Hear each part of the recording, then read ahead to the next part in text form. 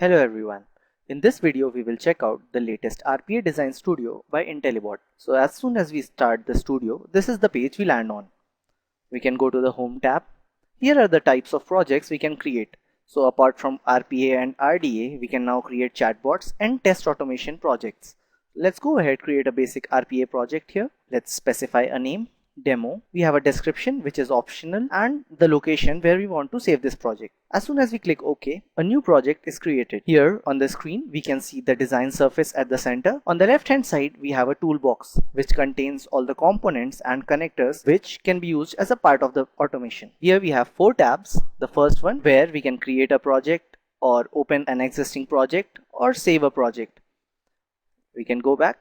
Next tab here is the design. This tab has the run button. Once an automation is created, we can go ahead try running the automation using this run button. We can also run the project using the shortcut key F5. If we set a breakpoint, we can use these 4 during execution. Then we have minimize studio while the automation is running. We can have this studio auto minimize if this checkbox is enabled. Next option here is auto save. This helps us auto save our project from time to time so that we don't lose any of our work. Next here we have info, warnings, errors for helping us to log.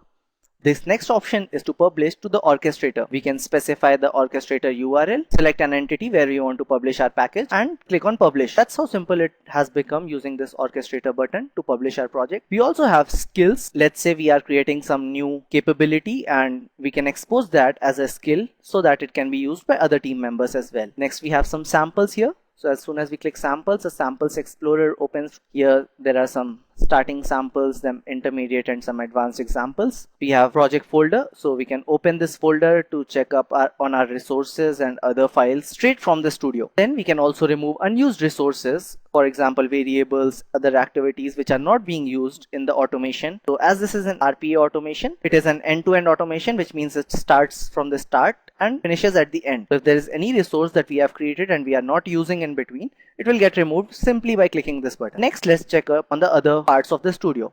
On the right hand side, we have Project Explorer. Here we can manage our project. We can see our project name here. Under that, we have plugins. We can install plugins available by Intellibot. The next is user plugins. So if we create our own plugin, we can add them under user plugins by simply right clicking and add user plugin. Next here we have activities. The design surface that we see here is for the main activity here. We can create more activities that will help us to modularize and reuse the code. Then we have global objects. We will see that in a moment how these global objects are used. So let's create a simple automation and check this out. So on the left hand side we have actions. Here these actions are mostly used for surface level automations. So let's go ahead, drag and drop the set text component. Set text, as the name suggests, help us put some text input to a particular window. We can click on this camera icon. This press Ctrl plus Shift for selection starts flashing on the right top of the screen. Let's bring up Notepad to the screen. Let's say we want to put some text on Notepad here.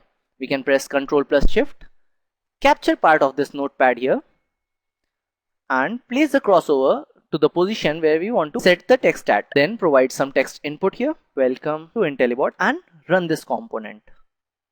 We can see that this text from the set text component is automatically copied to the notepad here. On the left hand side, we have various components that can be directly dragged and dropped onto the design surface. Apart from components, we can also find here connectors. It is very easy to figure out if something is a connector or a component. There's a orange and gray box in the background of every connector. So for example here, email connector has an orange and gray box. These components cannot be dragged and dropped onto the design surface directly. Instead, they need dragged to global objects. Once a connector is dragged to global objects, we can double click on it to expose its methods under the Object Explorer on the left hand side. Also on the right hand side, here we have properties. Each component's properties can be accessed on the right hand side under properties simply by selecting that component.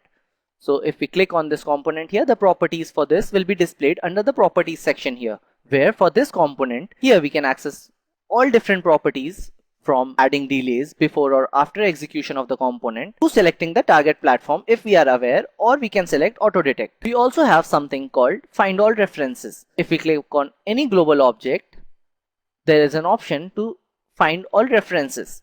So let me drag a couple of components from this email connector here. Now if we right click and find all references here, we can easily see that in the main activity we have two components, get mail and mark as read. That is how easy to find any reference to any connector that has been added to the project now. Next, let's check out another tab on the top of the screen. View tab helps us to navigate to home, view, the task board where we can have the tasks for our project.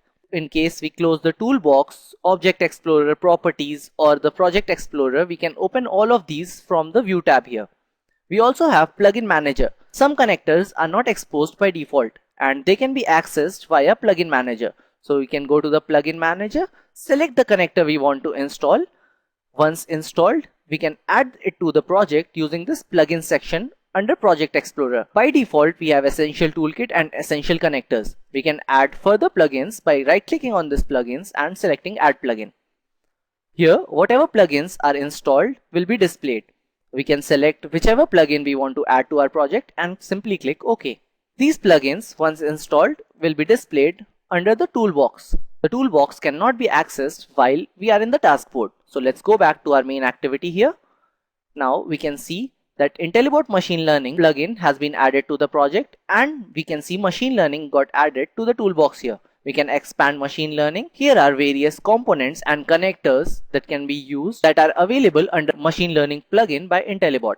So we have image classification, denoising images which helps us clean up some images, object detection, text classification and couple of parsers. So that's a brief overview of the Intellibot Studio. Thank you. Intellibot. Excellence made simple.